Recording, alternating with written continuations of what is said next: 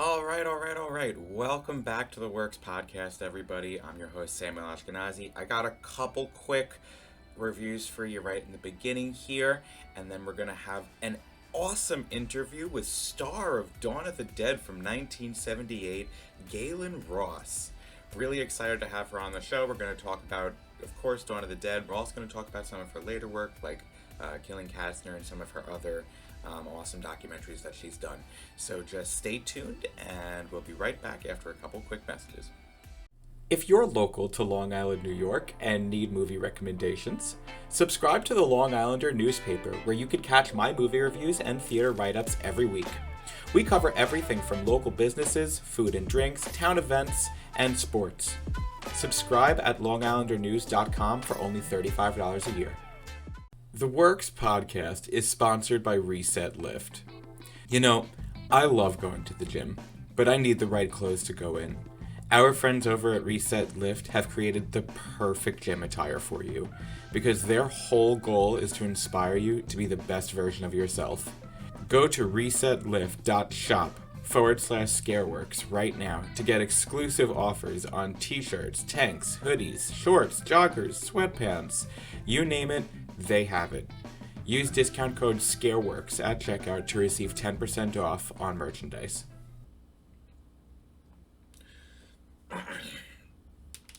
Alright, so I know a lot of you have probably seen a couple of these movies already. I'm getting to these late, like I said in my announcement video, but I still wanted to talk about these.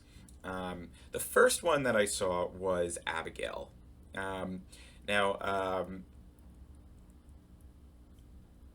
When I take a step back and I think about the audience that goes to horror movies, I kind of see two groups.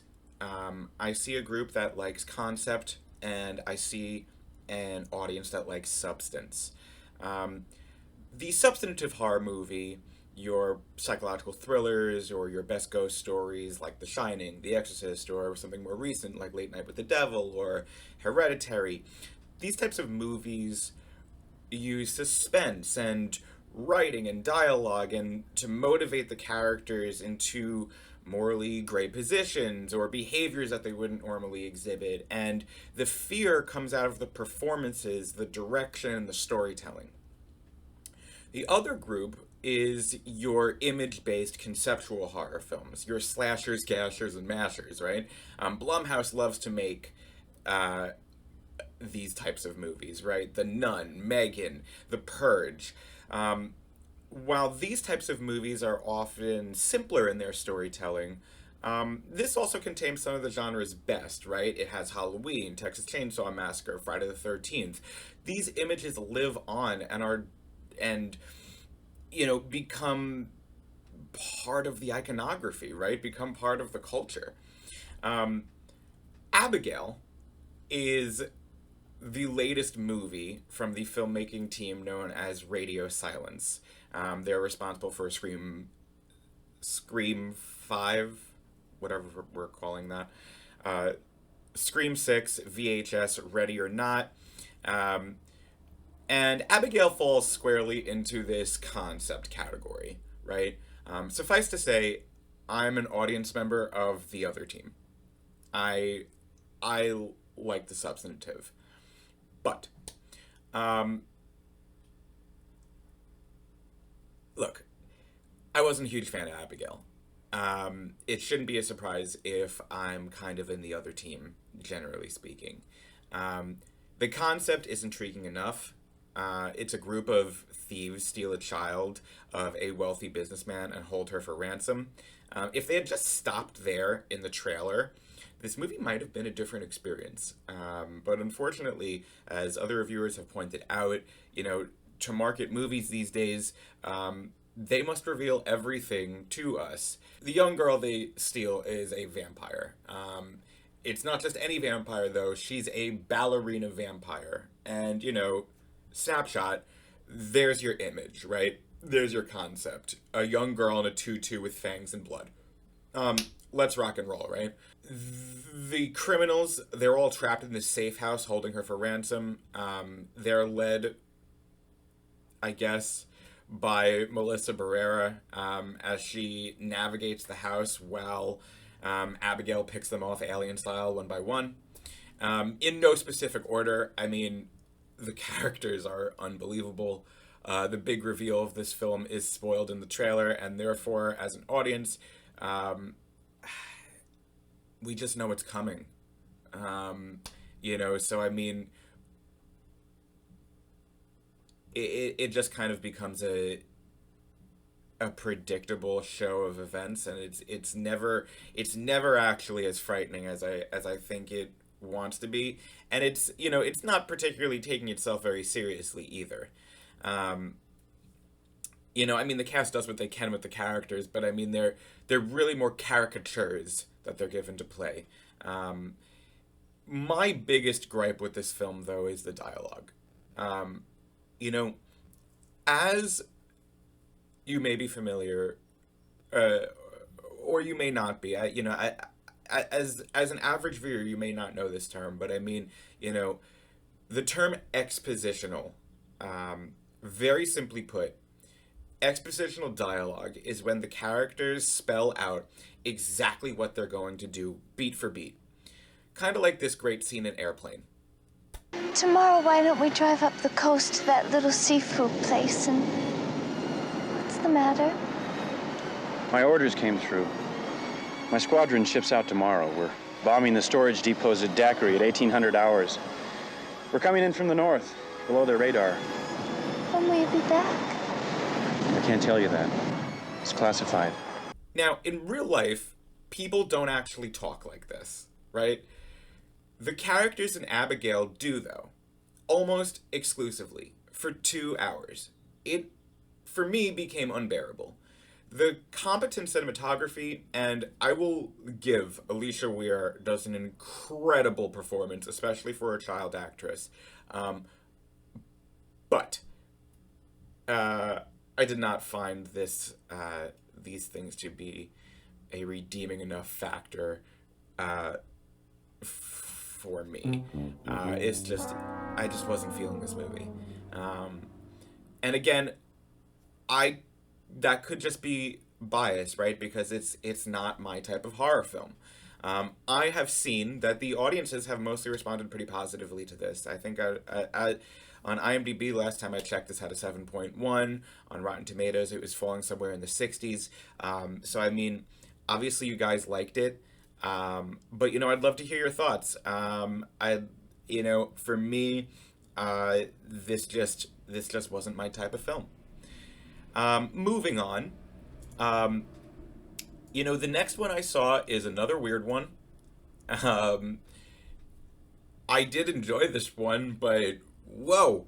I'm only going to talk about this one briefly because I wanted to talk about the big movie that's coming out this weekend, which is Challengers. But, this next movie that I'm going to talk about is really it's just such a sleeper hit right now, and I hope more people do get the chance to see it. Not a lot of theaters are playing it, or they're playing it at weird times. I had to see this at a 10 o'clock showing because it was the only time AMC was playing it. And this movie that I'm hyping up right now is, of course, Sasquatch Sunset. This is directed by David and Nathan Zellner, and it stars Jesse Eisenberg and Riley Keough. I really wouldn't have thought the most memorable and maybe the most raunchy film of 2024 was going to be a dialogue-absent meditation on the life and times of a Sasquatch family. But Sasquatch Sunset is, memorable. It is a year in the life in a Bigfoot family roaming the forests of North America. The movie is certainly one of a kind. It is both absurd and yet lands a kind of surprisingly grounded and sobering ending. Sasquatch will probably be hilarious to some, and it's going to be downright offensive to others. We see these humanoids in all sorts of real-life scenarios, from hunting to finding food, and more shocking moments like having sex with each other and hooting while they do it and giving birth in the woods, and how the human-ape hybrid half-breeds finds joy in their free time. I can't say much about the performances except that they're believable. I mean, the creature design by Steve Newburn is outstanding. Lives among some of the best in cinema. It's like right up there with the cantina scene in Star Wars in 2001's Apes. You know, I mean, it's really, really good. Exceptional work on the makeup department there. I mean, both Newburn and the makeup team, that I'm sure was, you know, they must have had a whole team for these four actors. I mean, it's really, it's a feat. It's really cool to see these practical effects being put to this type of use. It's very, very cool. And again, like, I can't stress enough, they look great. I mean, they're really believable costumes. I mean, huge actors like Jesse Eisenberg and Riley Keough, who, by the way, they never speak in this movie, not once. Nobody talks in this movie ever. It's just grunts and groans. It's really funny. But I mean, these huge actors disappear completely into their beasts. So look, Sasquatch Sunset will be too weird, or I mean even too much for most audience members, but I mean, I had a ball with it. I really did. It's really raunchy at points, but I mean, if you could find it playing near you, it's a great movie to see with friends, and probably a little weed. It's probably great with weed or drinks. So look, moving on to the main event here, the title match, let's put it, would be Challengers. Now, Challengers is directed by Luca Guadagnino. It stars, of course, Zendaya, Mike Faist, and Josh O'Connor. There's been a lot of talk about this movie. It's been done for a while, and it's just kind of been stuck in limbo, first because of the strikes, and then just because of, like, placement and marketing. There's been a lot of talk from the trailers, because it's a very provocative trailer. What is this movie? Because it looks way more than a sports movie, and I gotta tell you, it is. Challengers is just yet another example that Luca Guadagnino as a filmmaker just cannot be defined. He cannot be put in a box. I mean, he's jumped so successfully from genre to genre with, like, you know, his 2017 Oscar-winning romance Call Me By Your Name, quickly shifting to, like, the witch coven horror of Suspiria. The following year, he did Bones and All, which I still haven't seen. I gotta catch up on that. But, you know, as an audience member, my inability to define Guadagnino makes him more exciting. You know, he's more exciting, you know, when he comes out with something, because it's like, what do I expect, you know? Because generally he's giving me something good, right? He's giving, you know, I know that I could kind of rely on him to give me something really exciting, even if it's something totally different from his last thing, right? So what is Challengers about? Well, I'm going to just give you the synopsis basically from IMDb, because it's complicated as hell. It's a love triangle. Tennis, lots of secrets. It moves very fast. It jumps all over time. A viewer that's not paying attention will get lost very quickly. Okay? Tashi, played by Zendaya, is a former tennis prodigy turned coach and married to Art Donaldson, Mike Faist. He's a champion on a losing streak. Her strategy for her husband's redemption takes a surprising turn when he must face off against his former best friend and Tashi's former boyfriend, Patrick, played by Josh O'Connor. The marketing might spoil a bit too much. There's a couple scenes that I saw in the trailer that I wish I didn't know going in. But Challengers is pretty unpredictable. It is a roller coaster, way more fun than it has any right being. The acting from all three leads is exceptional. The sexual tension is boiling for huge portions of this movie. And I gotta say, to its credit, for a film that's loaded with sexual imagery and steamy moments, there actually is very little sex, which I think is a testament to the filmmaker's ability behind the camera, right? Because he's kind of seducing the audience with the camera work and the dialogue. You know, he's not actually doing it through, you know, the most provocative scenes, right? I mean, this doesn't look like an LVT film. You know, there's a lot of moments where, like, characters' eyes linger for a bit too long, or we think that they want to say something and it just goes unsaid. You know, a lot of moments feel too good to be true, and, you know, others seem, like, obviously dubious and suspicious, right? So I do think that, like, Tashi's character might not be the most believable, but Zendaya pulls her off with this kind of raw authenticity, and brings what I think could easily be a caricature, to a real cold-blooded reality. It's a really stellar and kind of unnerving performance from her. And, you know, she's this actress that keeps consistently taking on this expanding list of challenging roles. You know, Tashi believes tennis is like a relationship.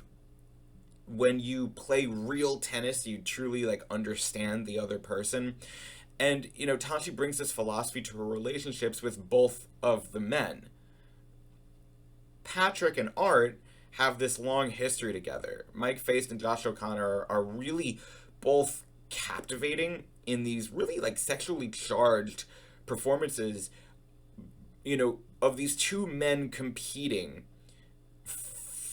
And Tashi is kind of the main prize at points, I think. You know, it really, it's very interesting how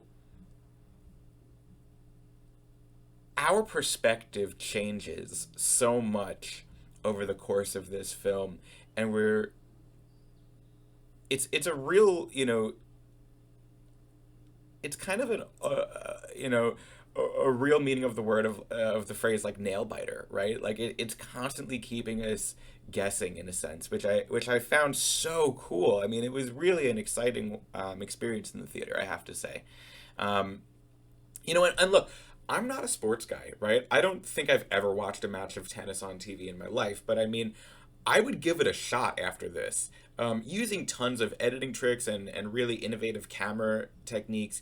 Guadagnino and the cinematographer, and I apologize if I butcher this name, but Sayambu Muktibram. I mean, they really explore the game in a variety of creative and entertaining ways. One of their tricks is the use of soundtrack by Trent Reznor and Atticus Ross. 9 Inch Nails, guys. I mean, where did that come from? But I mean, many of the most intense moments use this kind of high energy, high volume EDM soundtrack, which pumps up the games. At times, it could also drown out the dialogue, giving me a bit of a Nolan feel. Look, the only comment I could really say about this is I really loved this movie. I really, really enjoyed it. I mean, out of the clunkers, that's kind of been... I mean, out of what I saw this weekend, Challengers definitely hit at the top for me. You know, it's one of those movies where, as an audience member, I'm constantly questioning the character's morality. Are they right or wrong with the information I have at this moment? You know, and a lot of it's a tough call. You know, I mean, right up until, you know, everything is on the table, or the court, rather, in Challengers, and it's a must-see. We will be right back with an interview with Gaylen Ross.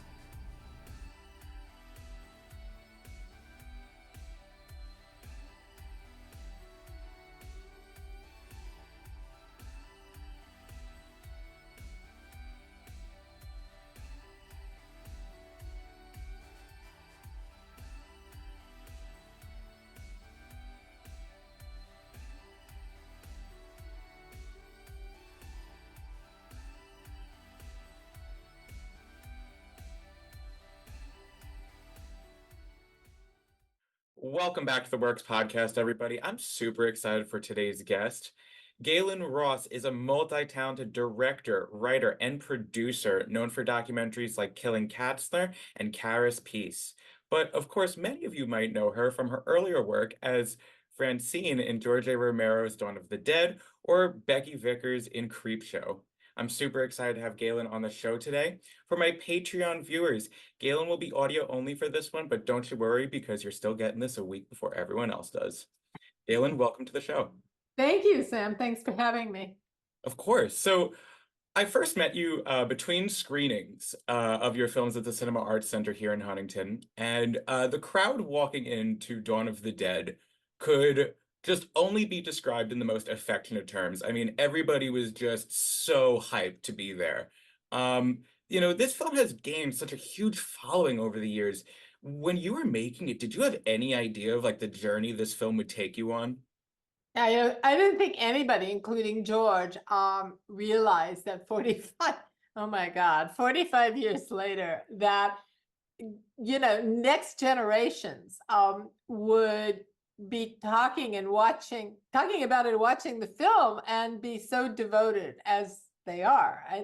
It's really incredible because, if I go to autograph signings, there are people that come up and they introduce me to their grandchildren who are watching the film, and they're not kids. So it's remarkable. And I think somebody once said, there's so many, hundreds of horror films and these kind of films that have been made, and they're watched and they carry on, but very, very few have this kind of iconic appeal and that has remained in the consciousness of people is in this legendary way. And people are so devoted to not just the film, but to George's intelligence about this, and his humor and his creativity. I think it attracted so many different people all over the world because I've been to signings and conventions from in London to Manchester to Tokyo. It's really remarkable. What were some of the best fan interactions you've had or questions that you've had over the years? I think, I don't, everybody has questions. Everybody has personal questions about what happened and what did you think then. And I don't think I had any one favorite. I think mostly it's the perception the fans have of what we were doing and how it resonates with them, and that's what I listen to. I'm listening. Oh, I forgot Germany. We were also in Germany too. I listen to them and what they're thinking and how they feel, and all the different ways that they've watched it and how it affected them, and they all have a story about the first time they ever saw it. That's I love how film is so subjective in that way, and people could have all these different experiences from this one piece of art. I think that's really the most magical thing about film. One of the things that's like kind of remarkable about Dawn of the Dead when I'm watching it, which by the way, I watched it the other day for the first time. I managed to get myself For the first time? Yeah, I watched it for the first time just the other night. I actually managed to get myself a copy of the Ultimate Edition, which is pretty hard to get these days. One of the things I was thinking when I'm watching the movie is it's really fast paced for a film that's like very confined to one location. Was that like intentional while you guys were making the film? And did that affect like your set days? Were your set days also as hectic and fast paced as the film kind of leads itself on?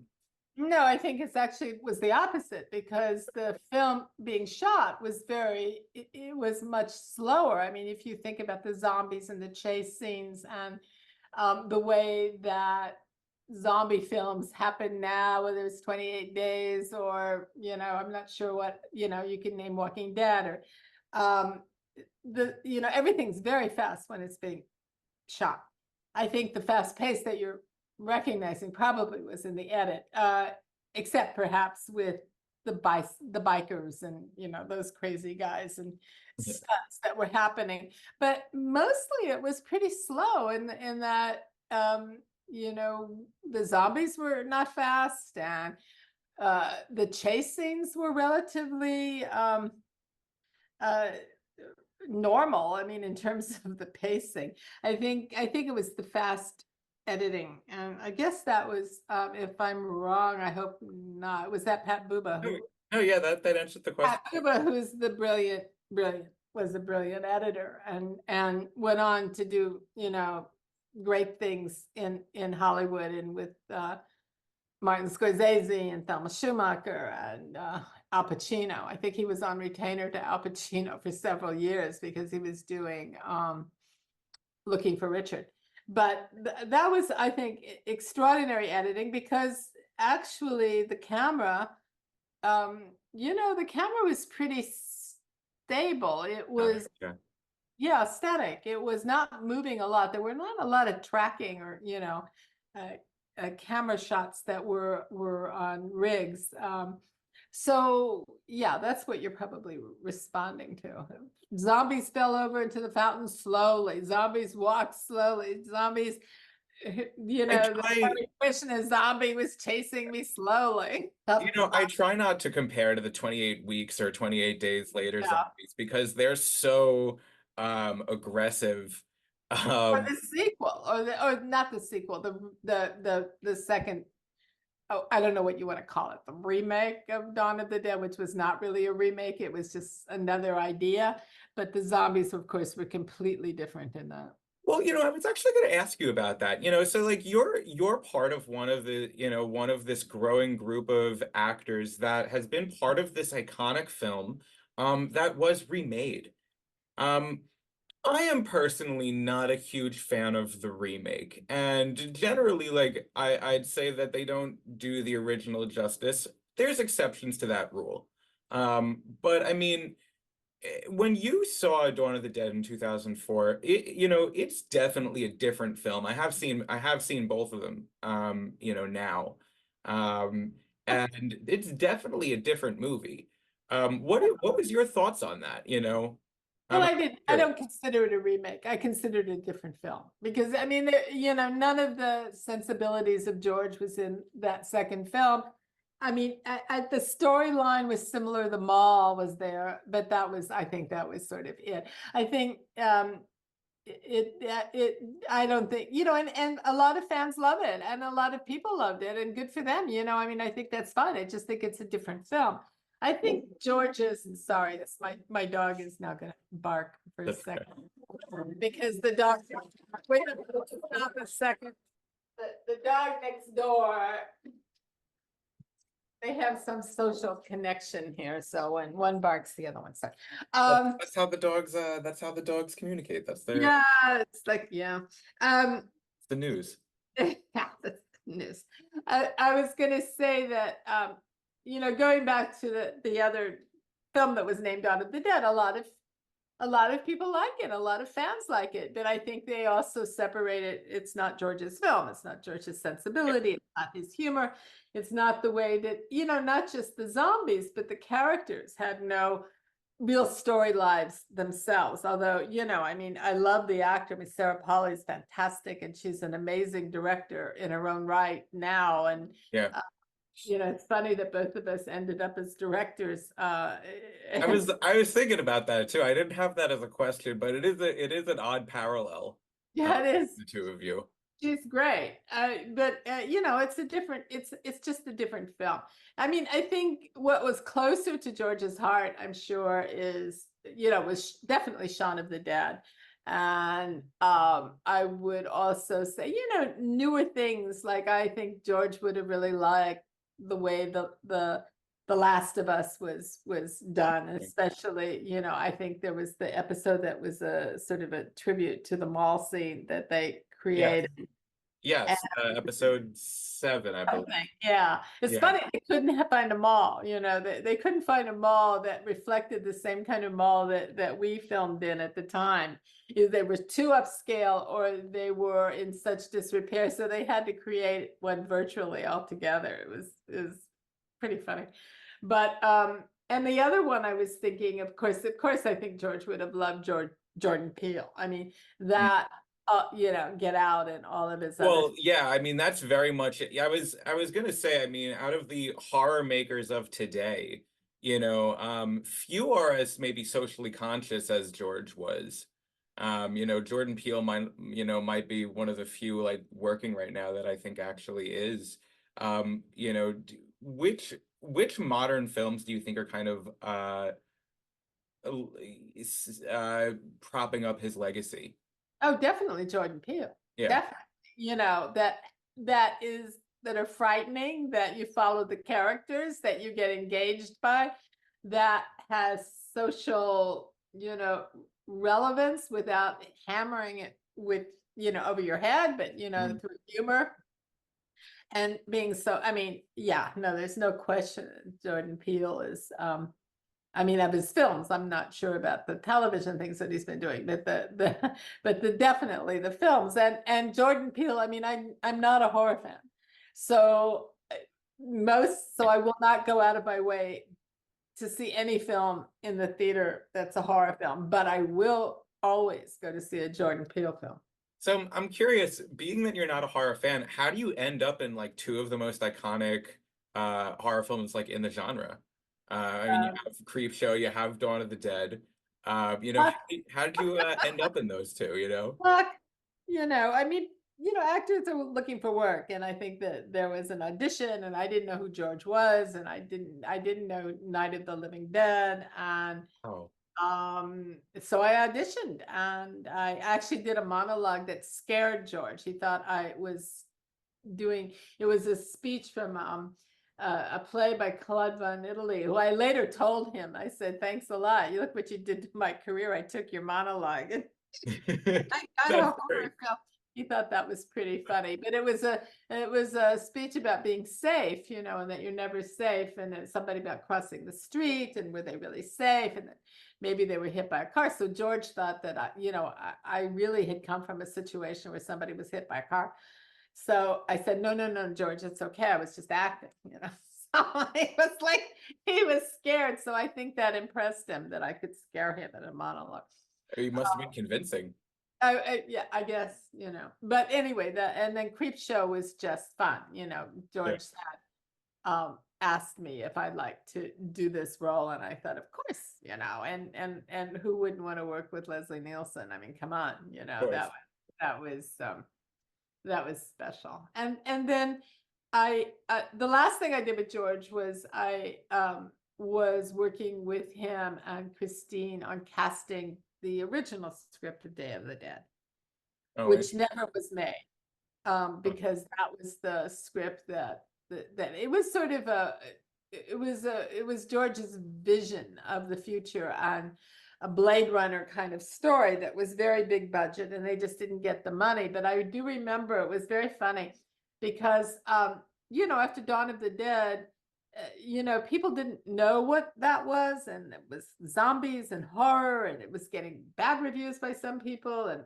finally, reviews started to turn around. But I remember most of the actors, the three of us, we couldn't get arrested by agents. Then they said, we're not going to go see that film. That's not, they said, no, that's not the film that, we're going to work with you from. And then when Day of the Dead, which was a few years later, of course, was being cast, I had every Broadway actor, every actor couldn't wait to audition for that. They were lining up to audition. And they were great parts in that film. Yeah. It was unfortunate that it was never made. I mean, George's vision, I think, was really amazing, because what he created after Dawn of the Dead, because he never did anything serially in the way that, one character follows into the next film, was that the world had now decided to live with the zombies, and they were being fed, but they were the working class. And there were some revolutionaries on the side, of course, that were, going to break this society in this mold, but the main society was exploiting and living off the zombie workforce. And Interesting. of course they were, and so if it had been done, I think it would have been one of the more foretelling films, because you can look at this as like any labor class, any impoverished labor class, whether it's immigrant or third world, whatever it is, that the rest of the world was living off of them. And George had the zombies representing that. And it was a pretty amazing film. And of course it's too bad it didn't get made. If George were still making zombie movies today, what do you think the metaphor would be for the zombies? Like, what do you think they would represent? Just that. Just that? Just that. Yeah, that Yeah. they would be somehow incorporated into our world and exploited. And we would live with it. And I don't think it's probably, a whole lot different than what's happening in many of the countries today, that are labor is exploited and working for nothing. And I think that's exactly what George saw. Do you when you think back on your time with George, do you remember any like impactful advice that he gave you, or any like conversations that stick out to you that have like guided your career in any way? I don't think of anything. George didn't talk. Interesting.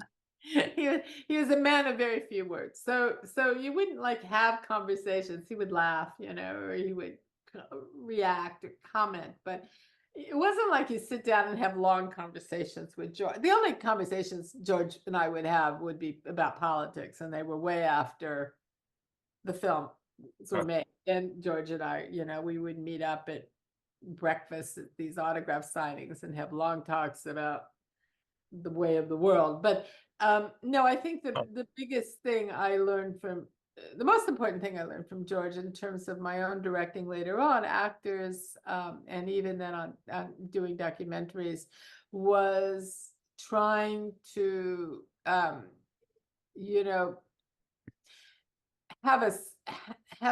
sometimes it's very hard, but listening and not panicking and being open. And George was never a director that was a commander or somebody who was acting as if he had a line reading and this is the way you have to do it. And he was just very open, and also had the respect of the crew. And I have to say, in my own life, I've worked with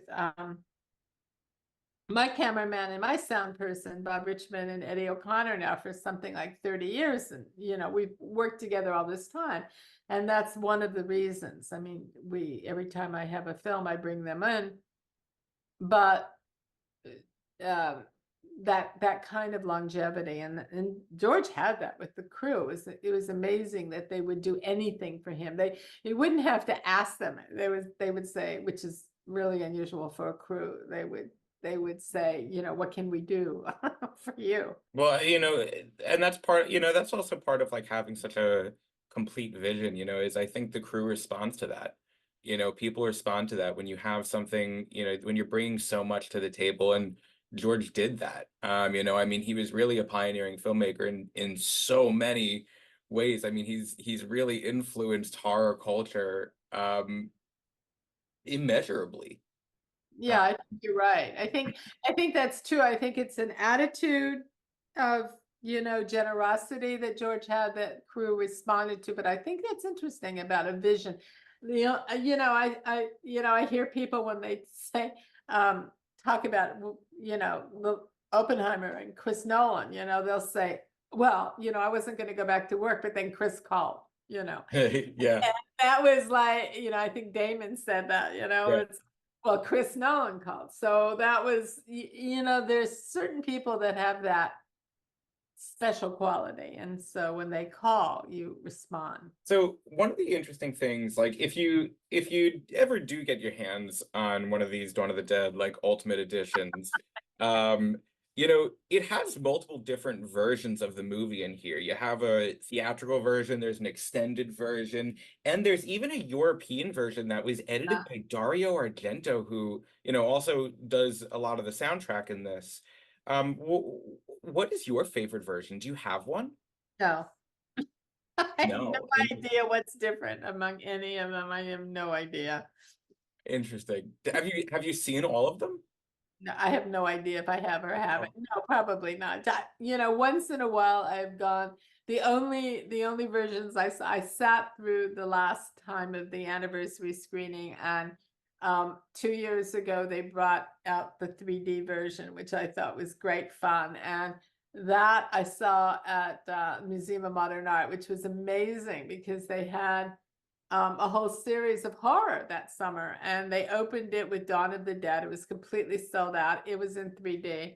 I wow. remember the curator there said, "Are we ever going to get any of this audience back into the museum?" I don't know.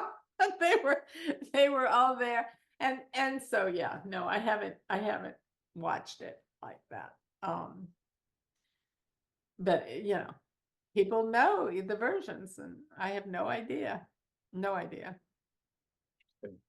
So now let's shifting gears a little bit. So I mean, you start this career as this actress, you end up in, you know, in these really good iconic horror films, and then you shift over to, you know, from scream queen to documentarian.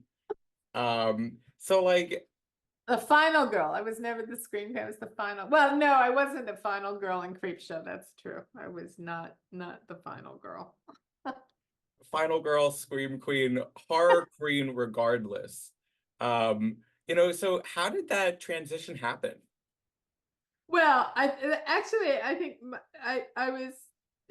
I sort of had a light bulb moment when I was drowning in Creepshow, and I saw George parked over, you know, cross-legged on the beach, very dry on the sand, and I said, you know, looks a lot better on that side of the camera, George. So anyway, I had a good time, you know, doing it, but acting was not something that I was ready to commit my life to. And I still have great friends that I knew from my acting days. And, you know, they're amazing because they survived and they're in theater and they do films and they, you know, but it's difficult. And a lot of them have dropped out, you know, since and gone on to do other things. Anyway, so I think you have to have a real passion and not have any idea of other choices if you want to stay acting. That wasn't what I loved, and I loved you know, directing other actors. That's I love directing. I felt like I had more control, and so I started directing, and I was working down at the, well, we're working, all of us were barely getting paid. We weren't getting paid. But we were down at the West Bank Cafe in New York, and on 42nd and 9th Avenue. And it's still there, one of the great restaurants. Everybody should go. If you go to the theater district, go to the West Bank. And downstairs, there was a theater bar that was started with 3-4 Yaleys, including Rand Forrester and Louis Black, who's now, of course, a comedian. And they did like, I got a signed Louis Black bobblehead right here. yeah, Louis, one of my oldest friends. I love Louis Black. I actually have a bobblehead and I have Louis's, and I put him on my shelf together. I thought that's perfect. Louis started his stand-up down there because there would be a midnight show where he would read the news headlines for 3 hours. We would all sit there. That's a Louis Black show. And rant, you know, and yell. The rant is due. Yeah. So I think they did a couple thousand, something crazy, one-act plays, and I was directing down there. I mean, Markland Baker and so many people started down there. I had an opportunity to do a documentary. Somebody wanted to do some organization, something about it was about Polish immigrants coming to America. And so I did it. We expanded it to a documentary, a feature, and it was on television. And that was the start of it. I really loved it. I loved, you know, the characters and finding stories. And that's what I I did. So one of the stories that you found, or one of the characters that you found rather, is Katzner. Yeah. You really have this very fascinating documentary called Killing Katzner, and for those who don't know, and there's probably many who don't, can you explain who he was?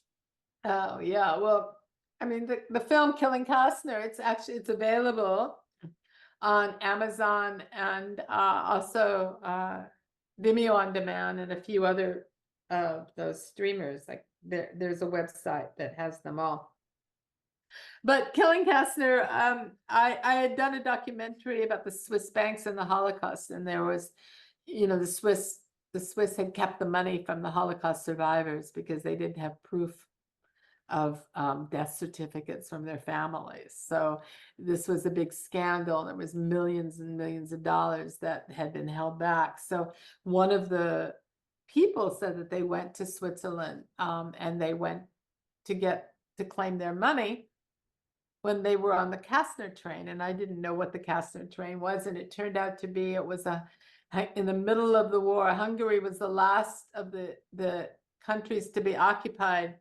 And everybody thought the war was almost over. The Russians were at the other side of the eastern border, but instead the Germans, the Nazis decided there were still 1 million Jews left in Hungary and they wanted to kill them all.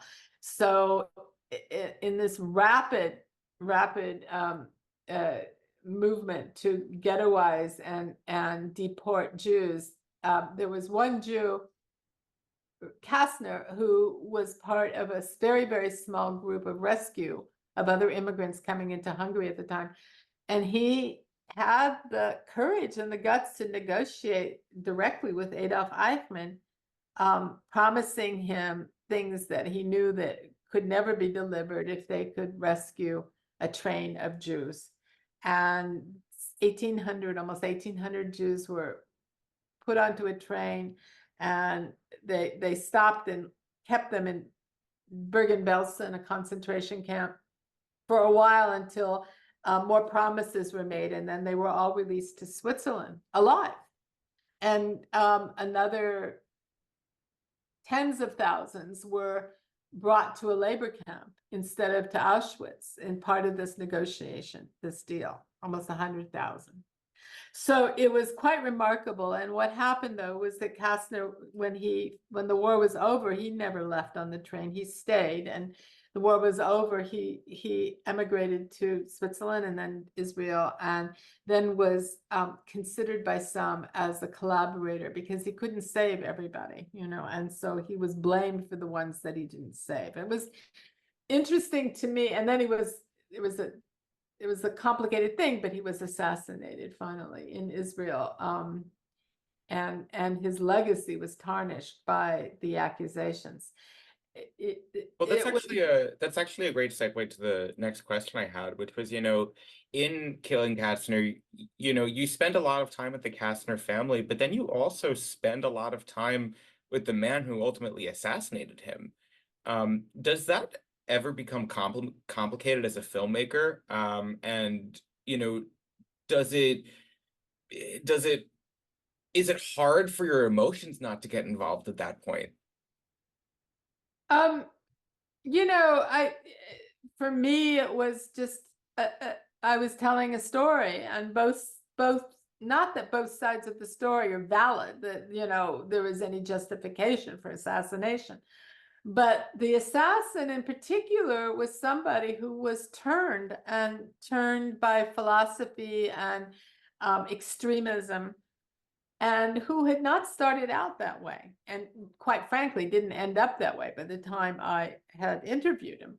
But I thought he was emblematic of how an extremist can be made, how somebody can be turned. And certainly we know what that's like in our culture and in our society today, about how philosophy and words and language and politics can turn people into extremists from the left and the right. So it was, he was an aspect of it. I mean, Kastner was murdered. I wanted to know who murdered him and why. And in fact, you know, I mean, that's part of the film, is that will we ever really know who was behind the murder? Was this assassin, who was a young guy at the time, was he a tool of somebody else? But I think the bigger question is not about the assassination, but why was Kastner vilified at all? And I think that when we talk about, you know, well, it really is a perplexing, you know, question, because while I was watching the documentary, I found myself like, you know, asking what were his alternatives. You know, I mean, how is he supposed to save everybody? well, yeah. You know, I mean, like, you know, and then, you know, you have this, this is going off script a little bit, but, you know, you have that amazing scene where the, you know, the one woman says, oh, you know, why should I be thankful for him at all? You know, she's just totally like ungrateful for his decision to get her, you know, on that train and save her life. Well, it's also a case of, you know, when you do something, don't expect. I mean, one of the people of the rescue committee had once said to them, don't expect to be thanked. You know, I mean, you know, Yeah. I think it's the bigger question, and the harder question was that, and why Kastner that became so contentious, was that you have a rescuer like Oskar Schindler who rescued, you know, all the people in his factory, and of course it's called Schindler's List, and everybody Right. talks about the people that were on the list, and nobody talks about the 2 million people that Oskar Schindler didn't save in the concentration camp. Right. But with Kastner, it became all about the ones that he didn't save, as if this one person was responsible for what the Nazis did. I mean, that's the reality, is that the Nazis killed the Jews, period. And any rescue was pretty amazing. And any life that was saved was amazing. So I think that the bigger It was a miracle because I mean, it was a systematic extermination of a people. yeah, it was a miracle. Well, I don't know if it was a miracle. It was it was a very, very intelligent negotiation and well thought out and plotted out from Oskar Schindler to Kastner, whoever was, you know, any of these rescues were. But I think the difficult question I always believed was that Kastner was a Jew, and it reflected, you know, for many people, it was very, very difficult to to accept that one Jew could save people, and other Jews lost their families and could not do it. So there was this feeling always that any rescue had to come from outside, from non-Jews, because it was impossible for Jewish rescuers. And for a long time at Yad Vashem, for decades actually, there was no mention of Jewish rescuers. It was only when my film was finished that there was a room for Jewish rescuers. Everything was dedicated and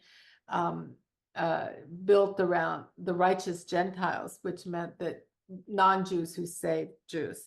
So there was no understanding and or no acceptance of Jewish rescuers. And I think part of it was because they didn't want to make the rest of the Jews who couldn't save feel ashamed or badly for not doing it, when, you know, it was almost impossible. I mean, Kastner rescued at a time when it was at the end of the war, when Germany started to realize, maybe not Hitler, but the rest of Germany, the hierarchy started to realize they were losing.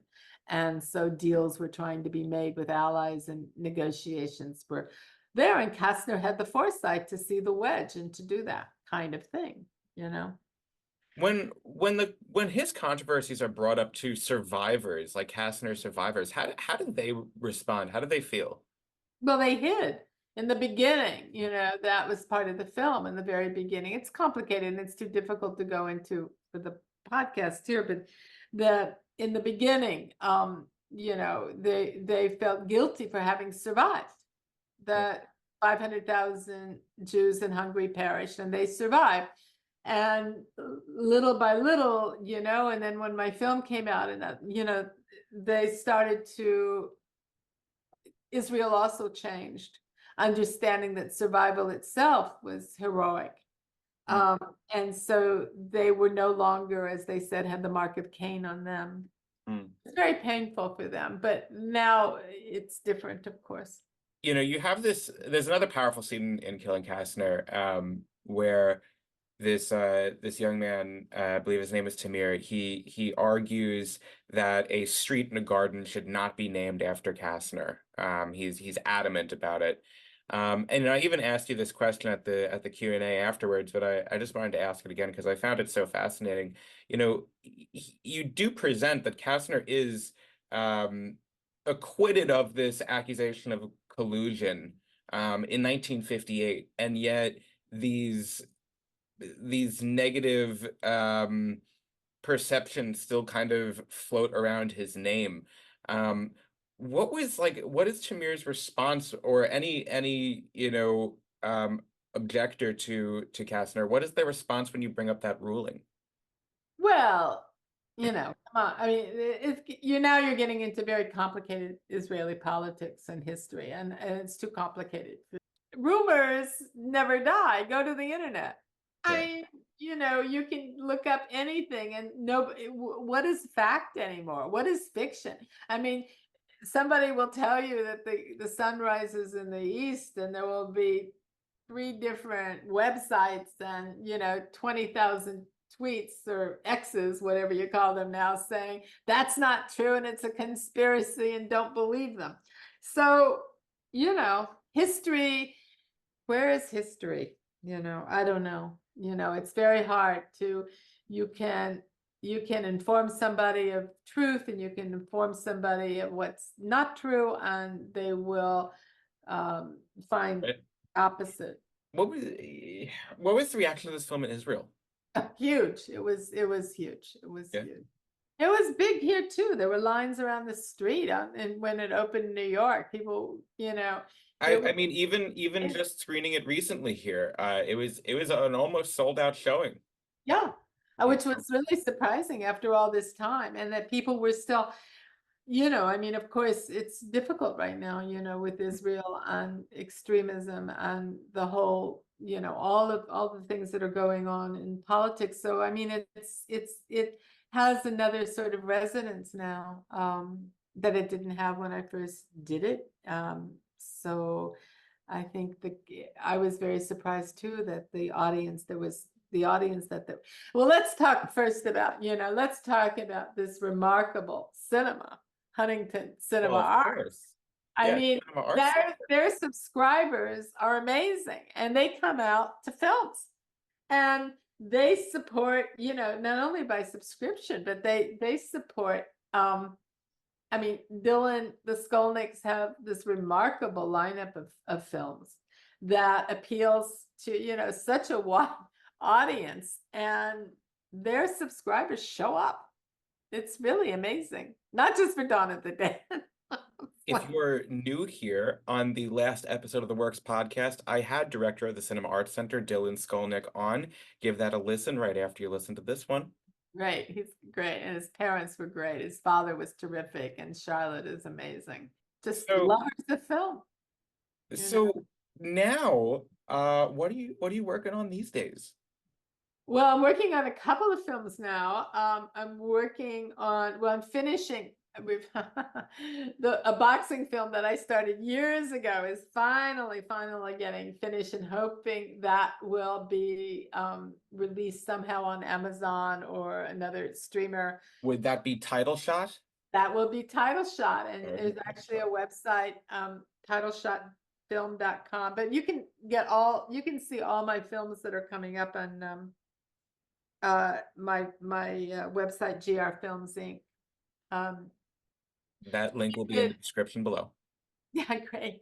And then I did 2 films, co-directed 2 films in China, and then now I'm working on just curious, do you speak Mandarin? Not at all, no. So what is it like directing a film in a country that's not your own? Well, I didn't speak Hebrew either. I mean, so I filmed in Russia, I filmed in France, I filmed in Germany, I filmed, either people speak English or I have a translator with me, so it's fine. but the films I'm working on now, so I'm doing a film about Anthony Yarborough. Anthony Yarborough was a teenager in the 1990s, around the same time as Central Park 5. African-American teenager comes home to Coney Island housing projects and finds his mother and sister brutally murdered. And of course, with the cops trying to, finish up a case immediately, charge him, even though he called the police, with the murder of his own family. And he had no lawyer, he had no family, he was a kid, he was 17, and his friend was 15. I mean, the whole thing was, just such a disgrace. And he was sentenced, took him two trials to sentence him, is that how much they wanted to sentence him. And he spent 20 years in Attica before they found, of course, the DNA that showed that it couldn't possibly have done it. Oh, that's so So that sounds like an incredibly powerful story. it was, a lot of people are falsely accused and incarcerated and have been exonerated, but very few have, that I know, have done so because they were convicted of killing their own family and their mother, and sister. And so he had nobody to visit him in prison for 20 years, no family, he had some family to come out to, but very, very, very little. So this is his story, and it's called Murder at a Coney Island Address. That's that film. And the other film is a story about a guy, sort of like Kastner in a way, but he wasn't killed. Aaron Shapiro was a lawyer who took on all by himself the Henry Ford, who was the great anti-Semite of the 1920s and who Hitler adored. I think Hitler had Ford's picture on the wall. And this was a case where Henry Ford went after Aaron Shapiro for his organizing farmers. And, organizing farmers. And he saw this as representing the Jews who took over the international Jewish conspiracy. And so Shapiro said, no, that's not good. So he sued Ford. And it was a big deal that he went after Ford. And so this is his story, and it's called Shapiro, the Jew who sued Henry Ford. Yeah, so those are the two films that I'm working on right now. Well, two super powerful subject matters. I really look forward to watching those. Those sound honestly incredible. So I mean, please come back when those are ready. Oh, well, we'll do. Yeah, please. I mean, I'd love to talk about those. Last question I have for you. When's your next Dawn of the Dead screening? Do you have one? No. I don't go to them. I mean, the only reason, I went to the one at MoMA because it was such fun and I wanted to see, and Lewis, I dragged Lewis there, Lewis Black. It was like, I don't think Lewis saw it I don't know if he ever saw it. I can't remember if he said he saw it or not, but we had fun. It was Lewis Black and Mark Lynn Baker and a bunch of other actors. We were sitting there in the back row and, and I had to tell him when to not look. But and then I did the one at Huntington because I told Dylan that if he was going to do the screening, that I would come out to help benefit the cinema. So the autographs that I signed there all went to the cinema, which was great. And that was fun. And that Christine Romero joined me. We had a really good time. Gaylen, it has been an absolute pleasure having you on. So much fun. Thank you. Yeah, no, absolutely. And please come back when you have new stuff for us. It's been a pleasure having you on today. It's been such a great experience talking to you. You've been great. I really enjoyed this, and it's been one of the better interviews I've had. Oh, thank you. I really appreciate that. I work hard over here to make sure that that the audience gets the best dose of their artists, of their favorite artists. So your films are great. What is your website again if people want to check you out? It's the main one is grfilmsinc.com. That's All right. filminc.com. And then I have a website for Killing Castner as well, and for titleshotfilm.com. All right. I will have those links available in the description. Thank you. This has been an awesome interview. Please go ahead also check out our interview with Dylan Skolnick from the Cinema Arts. I will. Get an Everybody idea will. of what are the awesome things that they offer there, And so subscribe to them. I mean, if you're in Long Island, be a subscriber so you can support them. They are so worth supporting. 100%. I mean, independent cinemas like that are really what's going to keep independent cinema alive, I mean, truly, you look at the independent cinemas and so many are in trouble right now. And the ones that are, and I think, just to add to that, I was talking to somebody else the other day about why we go to cinema, and more people are I think, going to these curated cinemas that Oh, yeah. choose films for us, not just releases that are mass releases so that they, we can see screenings, but we go to, we know somebody's doing a festival, we know somebody's curating a series of films, even, and I will say, like in Manhattan, the Paris Theater that was taken over by Netflix, they are curating amazing series of films from the 1980s and the 70s that you can't see anywhere else. So there you are, and people go. Interesting. Another thing to check out, ladies and gentlemen, that is all the time we have for today. Thank you. Thank you again for coming on the show. You could like and subscribe down below if you want to see more of our content. Check out some either of our films in the links in the description below. And we'll have more episodes coming for you in just a couple weeks. Thanks so much, Sam. Thank you. Of course. Have a great night.